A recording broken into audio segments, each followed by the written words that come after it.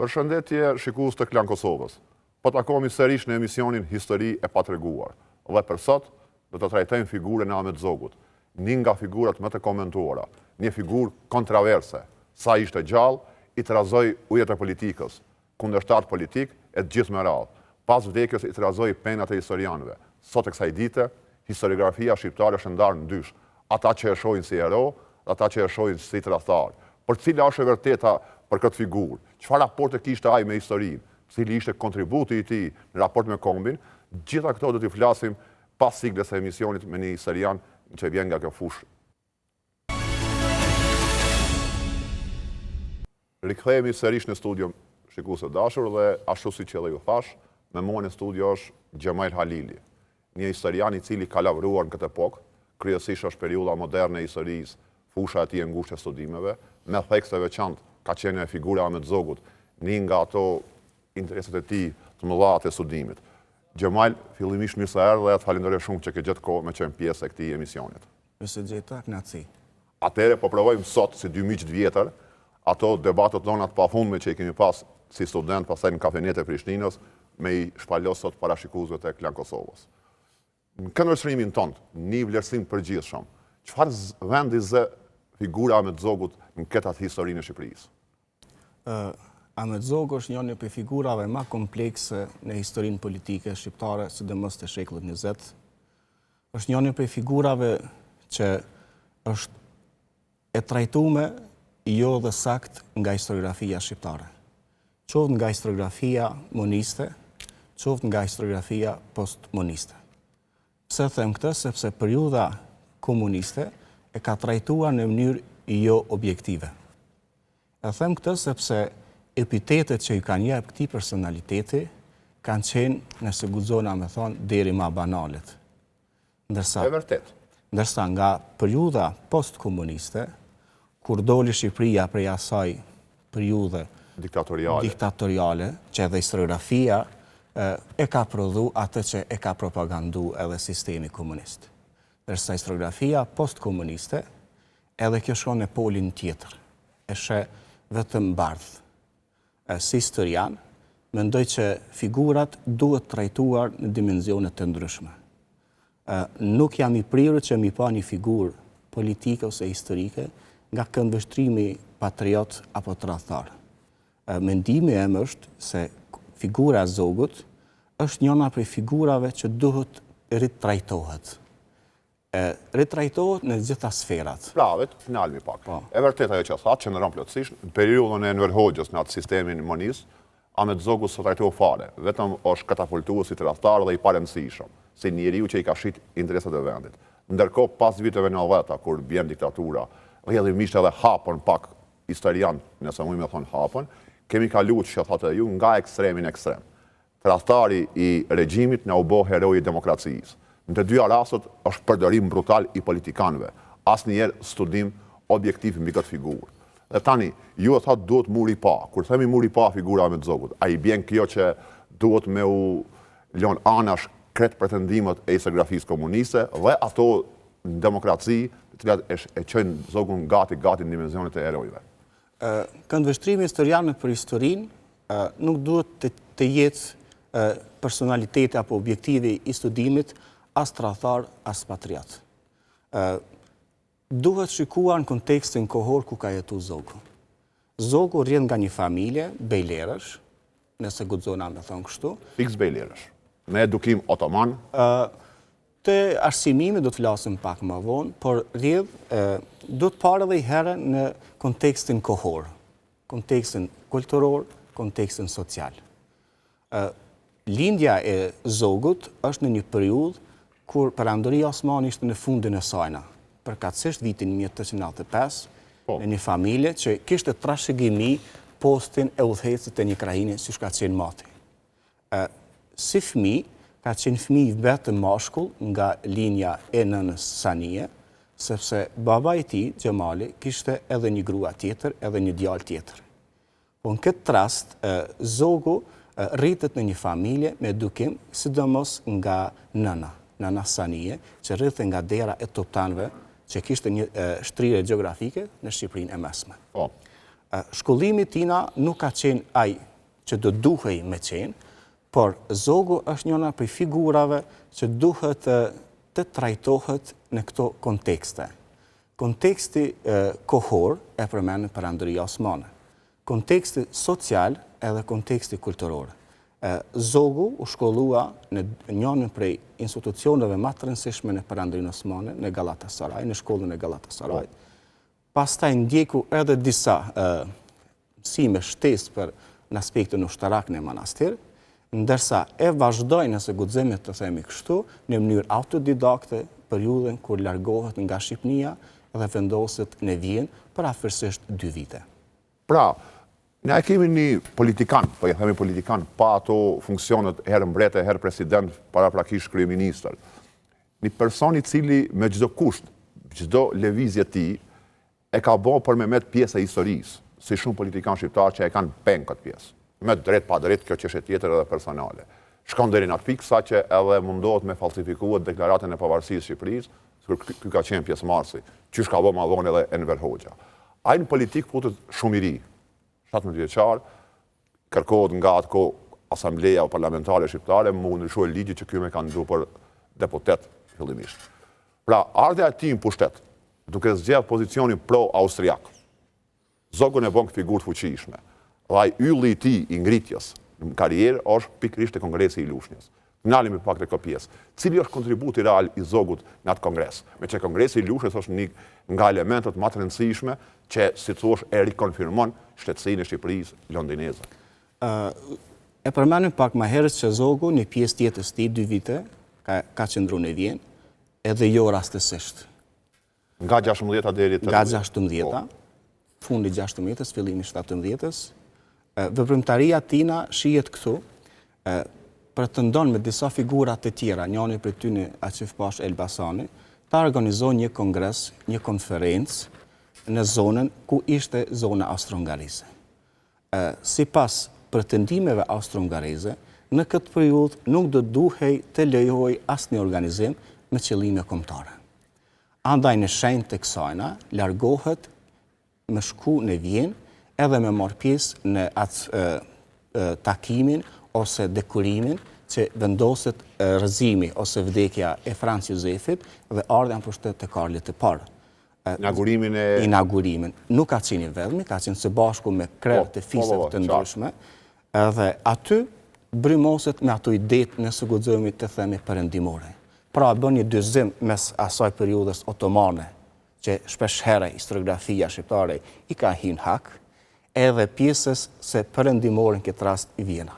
Kulturën perëndimore e kishte më shumë etiket për me shit si imazh apo realisht e besonte, sepse përfundoi mbret një satrap tipik oriental.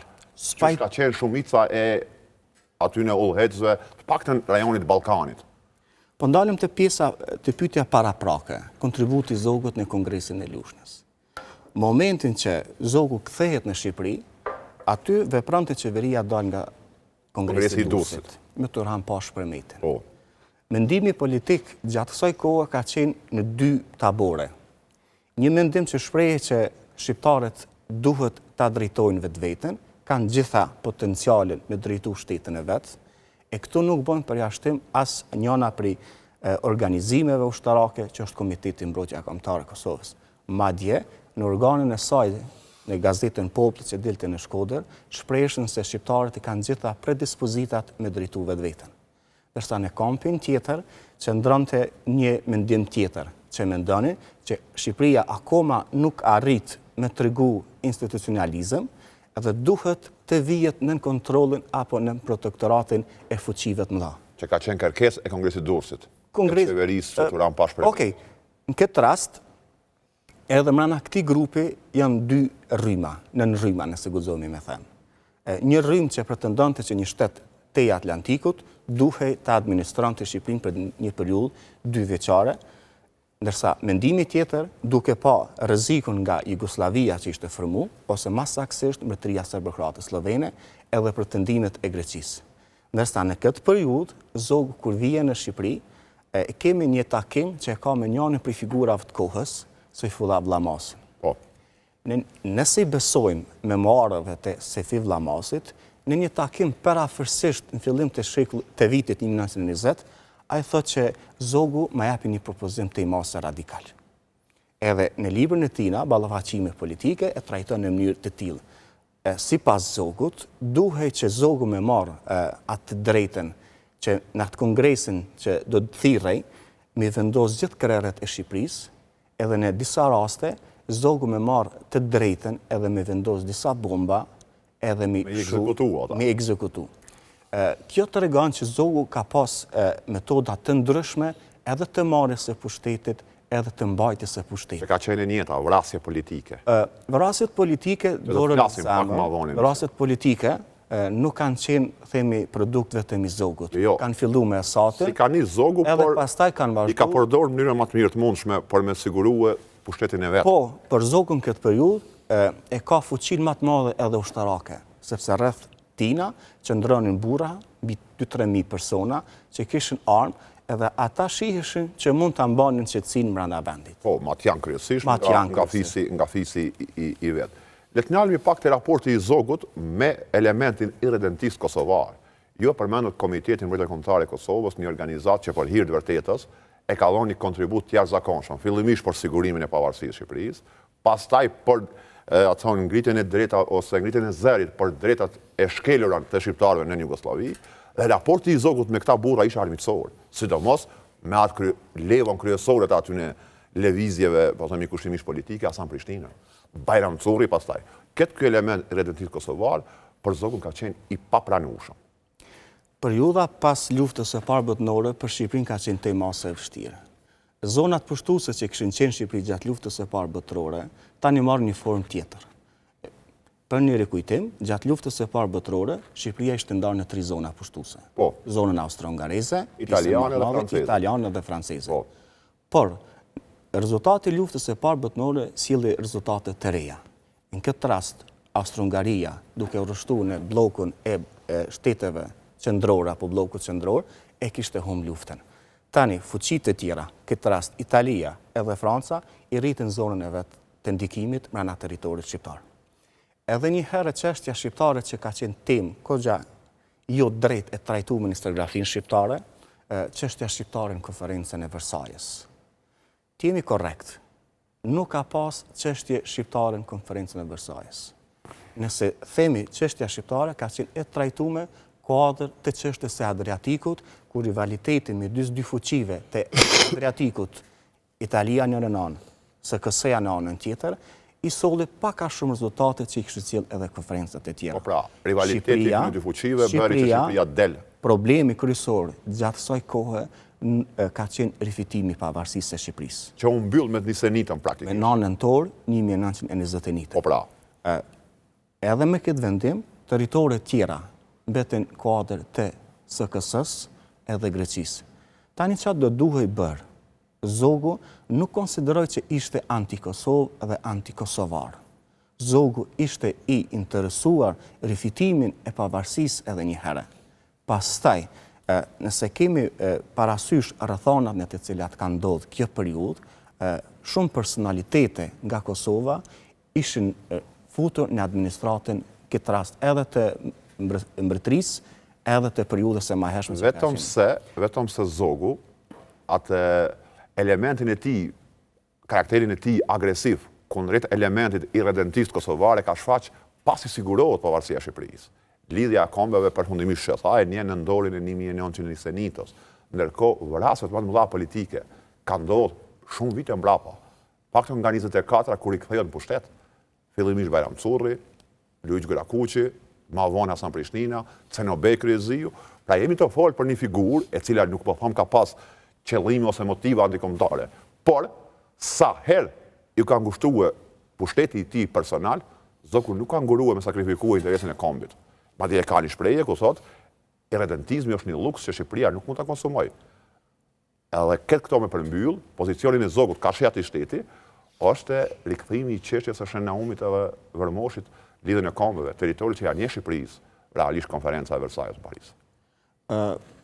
Lidhja kombeve, së njëna për organizimeve të dala pas luftës së parë botërore, ka qenë për rujtjen e paqes. Po. Shqipëria në këtë kohë nuk njihej si shtet.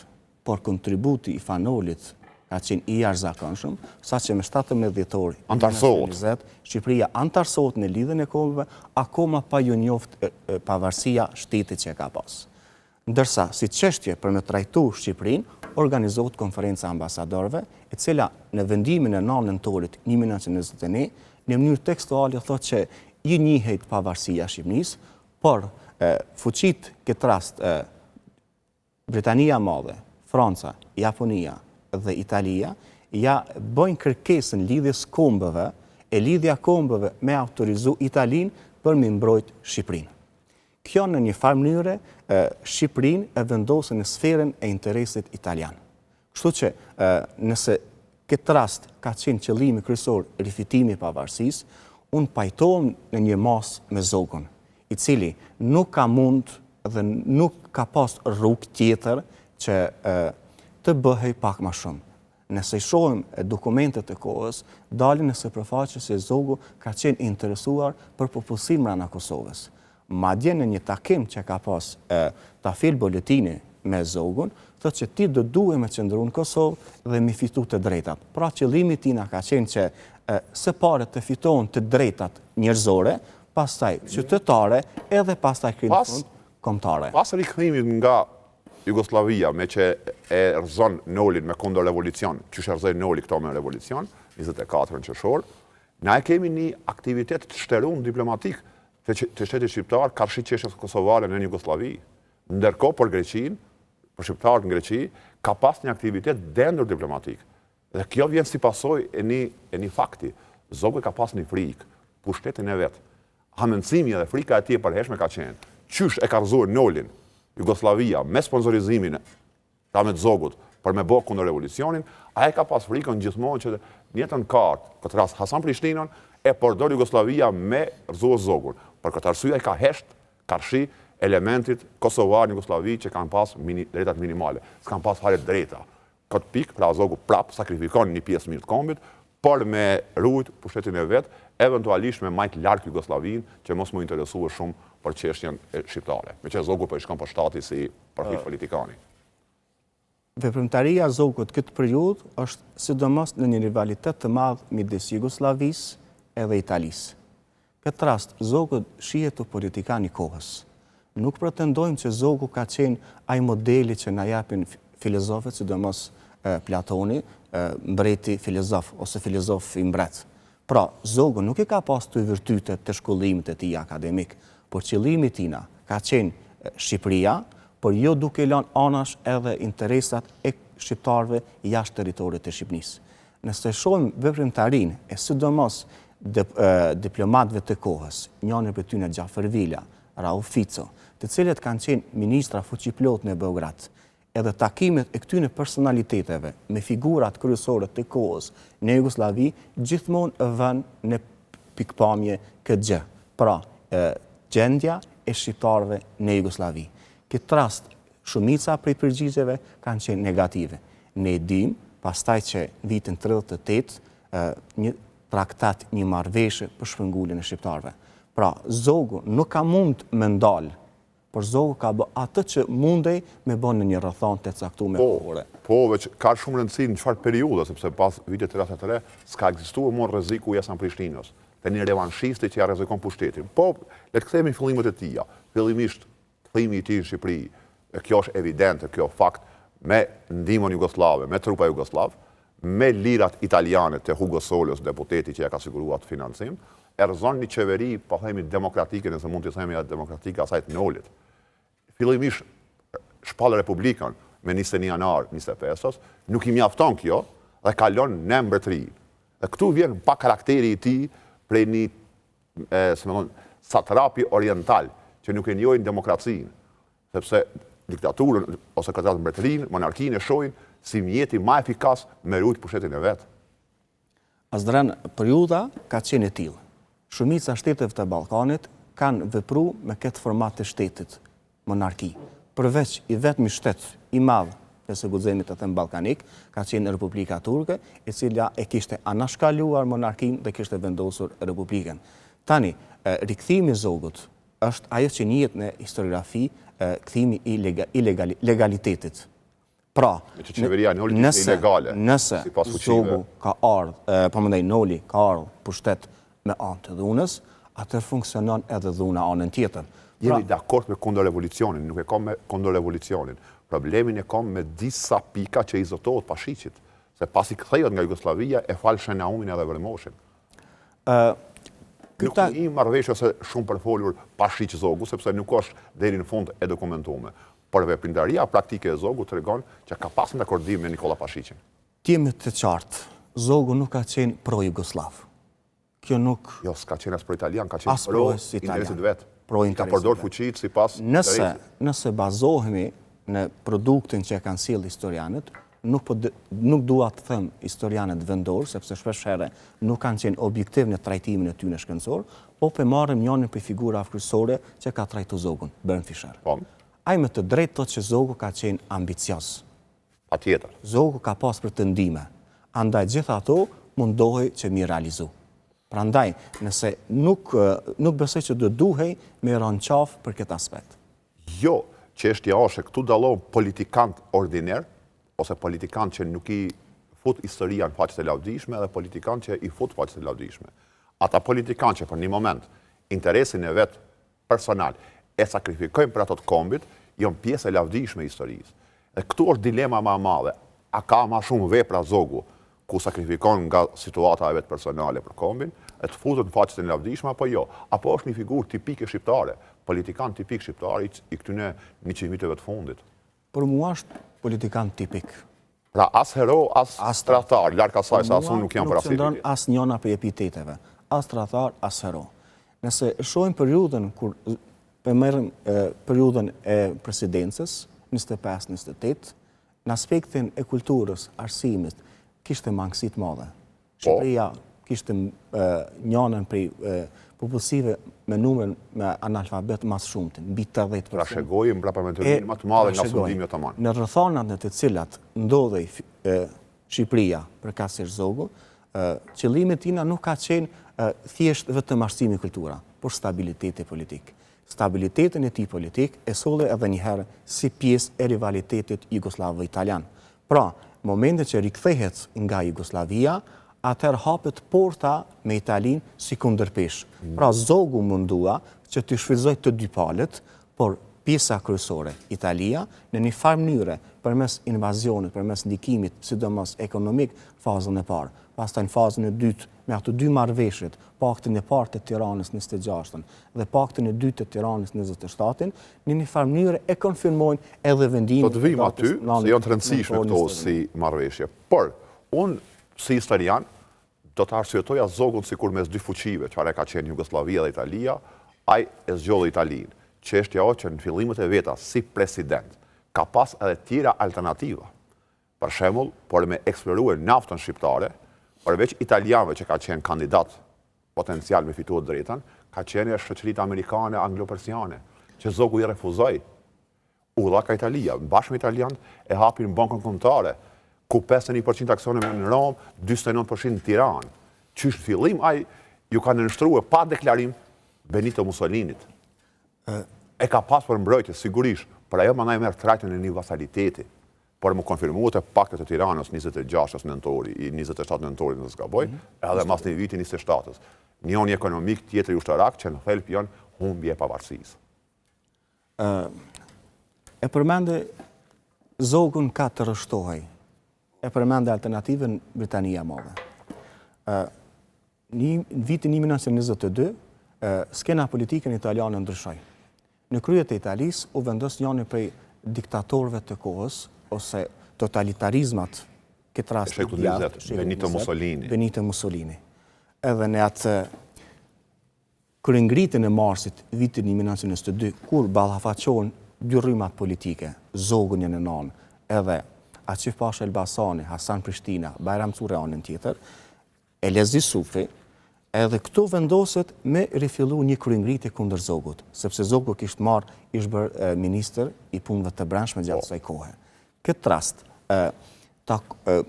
Bajram Curri niset nga pjesa verilindore e Shqipërisë dhe dërgon një dokument, një kërkesë Parisë së Shkodrës që të përkrahen. Në momentin që paria Shkodrës refuzon përkrajën ndaj Currit, Curri largohet. Mbesën dy personalitete, Hamit Toptani edhe Elezi Sufi nga Dibra. Këtë rast, të dy afrohen në Tiranë, e marrën shumicën e teritorit të Tiranës, këtu ndërhyn ambasadori fuqiplot i Britanisë Madhe, Ajres. Edhe një diskutim me Elezi Sufin, i bind që të largohet. Pse e përmenda këtë pjesë? Sepse Britania Madhe këtë rast e pa një rivalitet shtetin italian këtë kohë, sepse pretendonte që pjesa që ishtë që në kryengritje kundër Zogut, kishin ranë në ndikimin e italianëve. Andaj, kur ndodhi largimi i interesit e Britanisë Madhe në raport me Shqipërinë, e kemi takimin e Livornës vitin 1925. Këtu në këtë rast, ju la hapësirë Benito Mussolinit që Shqipëria me qenë në sferën e interesit italian. Andaj, në këto rrethana, Zogu e pat pa mundur veprimtarinë e tyne. Shpesher ju ka drejtu me letra, dokumente e lidhjes kombeve, po lidhja kombeve nuk bani maksimumun që duhet me bë, rujtin e paqes. Andaj, mes dy alternativave, Jugoslavis, kufitare geografike, toksore, dhe Italis te Adriatikut, në një famyre me vullnetin edhe fuqive të matë e kohës e zodhi Itali. E vërtet kjo. Edhe financat e përmenë në bankën kombëtare. Po, ashtu ka qenë. 51% ka qenë me kapital në Romë. Por, me atë që e mori, unë mundua që ta vazhdonte drejtimin e shtetit, sepse Shqipënia në aspektin e financiar, këtë kohë që alon të jashtëzakonisht shumë. Vetëm se, kretë ato ndihma financiare italiane, sa ma shumë rritëshin, në proporcion drejt me atë rritje ekonomike me sponsorizim italian, zvogloj autonomia shtetit shqiptar. Pajtohem. Dhe këtu i kemi, thash, dy paktet e miqësisë, që Zogu realisht de jure jo, po de facto kapitulon për balë italianëve, pajtone që nuk ka pas një ndërhyrje ose një mbrojtje ndërkombëtare, sepse tashmo nazifashizmi fillemi të regu ato llamët e vetë, kthetet e para që është një fuqi që nuk ka mundal, rrjedhimisht i kanë bërë shumë lëshime dhe kjo është Zogu viktime asaj konjunkture politike ndërkombëtare. Por megjithatë le të vim te fundi, se fundi është unë bëj pjesë paktën të ata që besoj që çdo proces historik fundi ja rikuptimson fillimin. Na vim të data ose të muaj prill i vitit 89. Se këtu ka një diskutim që u pajtona, ka shteti Jamet Zogut, një shteti qëndrueshëm, i ka hedhur bazat e një shteti modern shqiptar, po themi kushtimisht, por çfarë shteti u kriju aty? Sa ishte në gjendje ai shtet me rezistuar një pushtimi, një tentative italiane. Këto o qeshtja. Azdran, periudën mas 29-ës, në Balkan vijen në funksion sidomos Britania Madhe edhe Franca. Gjatë kësaj periudhe, sidomos vitin 1934, formohet Pakti Ballkanik. Kuadër të Paktit Ballkanik, Shqipëria kishte bë interesim të madh. Por mu antarësua, nuk pranohet. Nuk pranohet me idenë që nuk mundën me pranu Shqipërinë duke shfrytzuar Italia Shqipërinë si trampolin. Po pra, kishin frikë italiane. Kishin frikë. Dhe kishin pretendime mbi tokat shqiptare. Po, por me vonë, mas ndryshimit vitin 1935 në strukturën e Jugoslavisë, vije kryeministri Stojadinović. Po. Gjatë kësaj periudhe, interesimi tina ka qenë që kishte një aleancë me Italinë, thjesht ta eliminojnë Shqipërinë. Pra, gjithë kjo periudhë ka qenë një periudhë e jashtëzakonshme e vlimeve të mëdha. Andaj, nëse e përmendim prap Bernd Fischerin, thot, nëse matim një personalitet historik këtë rast, duhet me marë dhe me pa. Gjendi ku e ka marë vendin, edhe aty ku e ka lënë vendin.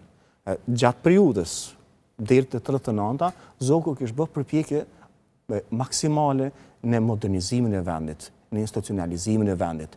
Mos të harrojmë, Shqipëria ka qenë shteti më i varfër i kohës. E vërtet. Andaj, 7 prilli për mua është datë që nuk është vetëm fundi i Shqipërisë, por edhe fillimi i një pushtimi tjetër. Por çka është e rëndësishme me potencu të Zogu, nuk lejoj parti fashiste në Shqipëri gjatë kohës së qëndrimit e tina. Jo vetëm partia fashiste, por asnjë parti tjetër. Por 7 prilli nuk do duhej më pa vetëm mbi bazën e këtij këndvështrimi. 7 prilli jo se ka qenë shumë antifashist, sa që kjo më shumë për faktin që me shpalljen e mbretërisë de jure edhe vdes pluralizmi politik në Shqipëri, fuqia e Zogut, ardha e tij në pushtet, fuqizimi i tij në pushtet, Shqipërinë e bën vend pa pluralizëm politik. S'ka pas një parti rival, noli emigran, s'ka pas politikan që i kanë bërë rivalitet, thjesht asambleja ka qenë një vegël në dorë ti, apo jo. Pajtohen. Por, pjesë negative të zogut deri tash i diskutuam. Pozitive edhe pajtona me ju që është shkolla shqipe, për e cila nuk i ka dhënë efektet. Në fund përfundon me 85% analfabet, ndihmat infrastruktura e Shqipërisë që ka përparuar nëse krahasojmë me gjendjen otomane e Shqipërinë, prapë ka qenë një sponsorizim sipas interesave italiane. Janë shtruar rrugët që të çojnë Jugosllavi, për mi përdorur më vonë Italia si trampolin për pushtimin edhe Jugosllavisë. Për miliard ato këto i kanë bën ndera dhe i kanë bën mishte të shqiptarë. Te 7 prilli po vim prapë. Nuk rezistoi Shqipëria. Kaq ishte fuqia e shtetit. Madje vetë generalët e zogut dorëzohen te italianët. Time të qartë. Me koncesionet që kishte marrë Italia në Shqipëri, njëna prej aty kishte qenë edhe ndikimi i italianëve edhe në ushtri. Pra në çdo 50 ushtar ka qenë një ushtar ose një udhëheqës italian. Po. Pra Italia e njëjtë në saksi forcën ushtarake të Shqipërisë gjatë asaj kohe. 7 prilli a do duhej me rezistu, për mendimin tim po, sepse edhe thirrja tina në Radio Tirana, që do të mbathej opinat edhe do të dalë dhe të luftoj për atë dheun, do duhej të realizohej. Për mua, kjo është njëri prej gabimeve më të mëdha të tij. Sepse fati i tij pastaj ka dhe fati i shtetit shqiptar, sepse Shqipëria pushtohet nga italianët brenda 4 ditë, edhe kështu vendoset Shqipëria në kuadër të pushtimit italian. Po pra, dhe këtu e kam shqetësimin se 7 prilli është data që ka qenë më vonë argumenti i historiografisë komuniste që zogu është tradhtar. Por mund nuk qëndron, megjithëse nuk arsyetohet në asnjë variant. Minimumin e rezistencës edhe ka mund me bëjë shteti shqiptar, që s'e ka bërë me zogun. Por 4 ditë që thatë edhe ju, na vim te kapitullimi i Shqipërisë, Shqipëria bëhet pjesë e asaj mbretërie italo-etiopiane edhe albaneze që i thonin atë kohë, me shpatën e Liktorit, pushtim total fashist. Por në tërësinë e vet, tash për ju zogu si figurë historike, nëse e vëmë një peshore historike të themi kushimisht, qëndron më shumë anët pozitive apo anët negative? Kush peshon më shumë këtë pikë? Kthejmë edhe herë të 7 prilli. Okej. E din, momentet që pushtohet Shqipëria, shqiptarët shkuan Viktor Emanuelit ja dorëzuan kororën mbretërore. Pra, nuk ishte vetëm zogu pro-italian. Zogu s'ka qenë fare për italian. Fiks, prandaj edhe pjesa tjetër, njëne për tyne, ish Vjerri, Shefqet Vërlazi, shkon dorëzon kororën mbretërore. Edhe krijon qeverinë kuislinge. Ato që njihet gjatë luftës së dytë botërore. Pyetja juaj, zoga do duhej më pa nga anët pozitive dhe anët negative, ose cila është më mirë? Si historian, konsideroj që anët pozitive janë në nivelin më të lartë. Cilat janë ato sipas juve? Kodi civil, kodi penal, orientimi pro-perëndimor, edhe mos të harrojmë këtë periudhë. Ndikimi fetar i jashtë Shqipërisë në territorin shqiptar ka qenë jashtëzakonisht i madh. Prandaj zogu pati qasje korrekte edhe me aspektin fetar brenda teritorit të Shqipërisë. U mundua ta shfrytëzoj këtë aspekt. E dini për shembull, momentin e ardhes së Ataturkut në pushtet, vendoset reforma të mëdha. Dhe njëna kuadër të këtyre reformave ka qenë ajo fetare. Pra ndahet pushteti politik ose shteti për institucionet fetare. E krijoi laicizmin. E krijoi laicizmin. Njëjtë edhe zogu pretendoi, sepse përmes aspektit fetar mundoi edhe me majt nën kontroll vendin, por jo duke e ndiku edhe jetën tjetër pastaj. Por zogu për mua është njëna prej figurave të rëndësishme të shekullit 20. Patjetër që është rëndësishme, qoftë për të mirë, qoftë për të keq, i ka lëviz levat e asaj kohe dhe është figurë që ka lënë pesh. Por mu ndokot që, ta bëjmë shumë diskutim të hapën, ndokot që zogun në periudhën pas viteve 90 në demokraci, nuk trajtohet që ata ju me drejt si figurë në kontekstin e vetë kohor, por gjithmonë trajtohet duke e krahasuar me Enver Hoxhën. Kështu konflikt që humb sensi i studimit. Nuk merr kuptim nëse krahasoj me Enver Hoxhën, çdo politikan i shqiptar del shumë i mirë, por ti krahasoj me potencialin dhe rrethana ku vepruan, kjo është çështja. A kemi na kësi studime sot? Historiografia shqiptare ka sot plot meta. Njëna prej arsyeve është institutet shkencore. Institutet shkencore do duhet punonin më shumë. Sa janë ndam ndysh? Pro zogistë edhe kundër zogistë. Mund tingëllojmë ngjasaj me tifoz futbollit sot. E ndërkohë historiani siç tash më kon kaq emocionalisht i lidhen me subjektin e trajtimit. Kjo është ajo gjeni jonë mbase, i nati. Një pjesë e madhe e mbështesin Zogun mas ditët të 90-ta, ata që njihen si monarkist. Ndërsa si kundër përgjigje është periudha tjetër. Por Zogu do duhej më pa ndryshe, sidomos në këtë periudhë ku arkivat janë të hapura, mundësitë të studimit janë të jashtëzakonshme, sepse nëse marrëm periudhën enveriste ose moniste, bie dini në për çdo faqe të parë të çdo libri citoj një thënie Enver Hoxhës. Pra, kanalizoi edhe çka do duhej të propagandohej. Ndërsa mas viteve të 90-ta nuk mendoj që duhet me bë tifo. Ajo që do duhet me bë është studimet të mirëfillta shkencore, sepse njëna prej vretjeve që japin historianët të huaj, ka shi historiografisë shqiptare, pikërisht këtë e potencojnë, sepse historiografia nuk ka ecë hapa të duhur, sepse në shumicën e konferencave shkencore aty marrin pjesë vetëm sa për të marrë pjesë, kurse studimet janë minimale. Lëron zemër edhe ndikimet e politikës në shkrimin e historisë ka pas edhe në kohën e Ahmet Zogut, si çdo së jo në premasat e regjimit të Enver Hoxhës, sepse aty edhe shkalla e analfabetëve ishte më e vogël, por ta trajtojmë edhe një dimension të fundit të Ahmet Zogut, profili i tikshëm, se na fillim ju thatë një politikan i cili e ka kuptuar që perëndimi është e ardhmja. E unë thash që më duket që ka pas më shumë etiket teatralitet se sa realitet, se sa që e ka besuar ato. Unë mendoj që Zogu ka qenë më shumë i kompleksuar me perëndimin, pa e kuptuar mirë çka është perëndimi. Shkon deri në atë mas sa që edhe emrin e vet nga Zogolli e shndron në Zogu, për më dok më pak oriental, ndërkohë veprimet i ka pas këtë oriental. Këtë vend në diskutim edhe shumica e historianëve të kohës, njëri prej tyre Ben Fisheri o person edhe shumë të tjerë, po ka qenë një figurë edhe mjaft komplekse, edhe i kompleksuar, madje edhe me trashëgimimin e tij osmane. Edhe ajo që e vjen në diskutim është mbiemri që e ndron momenti që bëhet kryeminist në vitin 1922.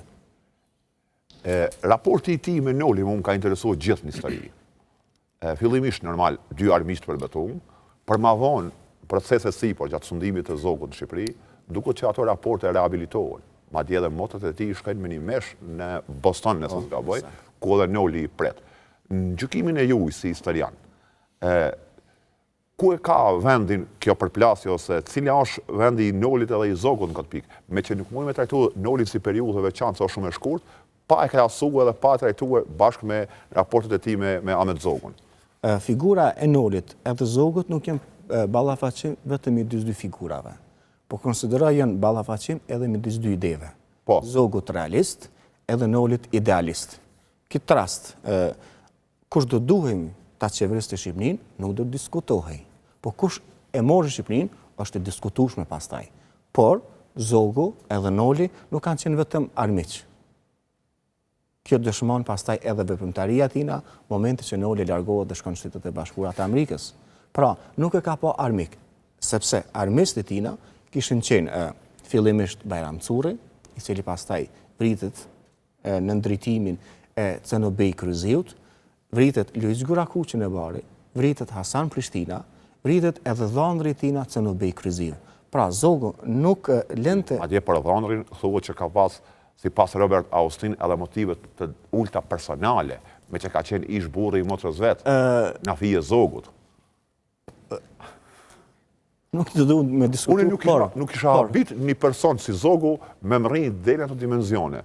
Sa me përdor pushtetin, me knaq një akmarrje ose një hatërmbetje të motrës. Unë se kisha pas shumë probleme besoj këtë pjesë me që besoj që e bon Zogu këto, ose e kish bon. E përmen Austinin, Bili Austini e përmen nuk e pranon, për në mestresht ato që Zogu ka pas marrëdhënie edhe me motrën e vetë Sadije. E kjo më dokot perverzitet në disa qëndra. I llojit vetë. Po, Zogu ka qenë i apasionuar për kësaj jetës të mbretërore. Madje shkurja e tij në Vjenë vitin 1931, kur i bëhet edhe atentati që pastaj njihen atentatorët që ishin paguar për Jugosllavisë, edhe jeta e tij luksoze, saqë momenti që shkonte në një dyqan ose në një diçka të tillë, ai shkonte me shpurën e vet, me njerëzit e vet. Por ajo që e përfundoi këtë aspektin e moralitetit është martesa e tij. Zogu u mundua që të lidhej me perëndimin përmes edhe gruas së tina që ka qenë Geraldina. Shumë shkurt për fund, se jemi këtë në fund. Sot i kemi një trashëgimtar të Ahmet Zogut, nipin e tij, nëse s'gaboj, i cili pretendon me rikthyer monarkinë në Shqipëri. Në leximin tonë, edhe si historian që normal edhe e një aktualitetin, a duhet realisht me rehabilitue një figurë që vetë e kalon pushtetin me dëshirë, në prag një lufte.